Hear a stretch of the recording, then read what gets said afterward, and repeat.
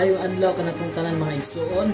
Nanasab ko i-share kaninyo mga kaigsunan mahitungod sa usa ka dako kayong buluhaton ni Jesus Christ didto sa langit mga kaigsunan.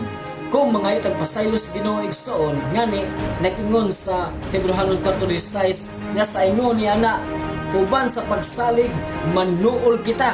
Asa kita manuol? Diha sa trono sa grasya aron makadawat kitag kaluoy o makakaplag kita grasya nga makatabang kanato sa panahon sa panginahanglanon. So unsa man nga panahon nga panginahanglanon? Panahon nga panginahanglanon nga mangita kita sa kapasayloan sa atong masala.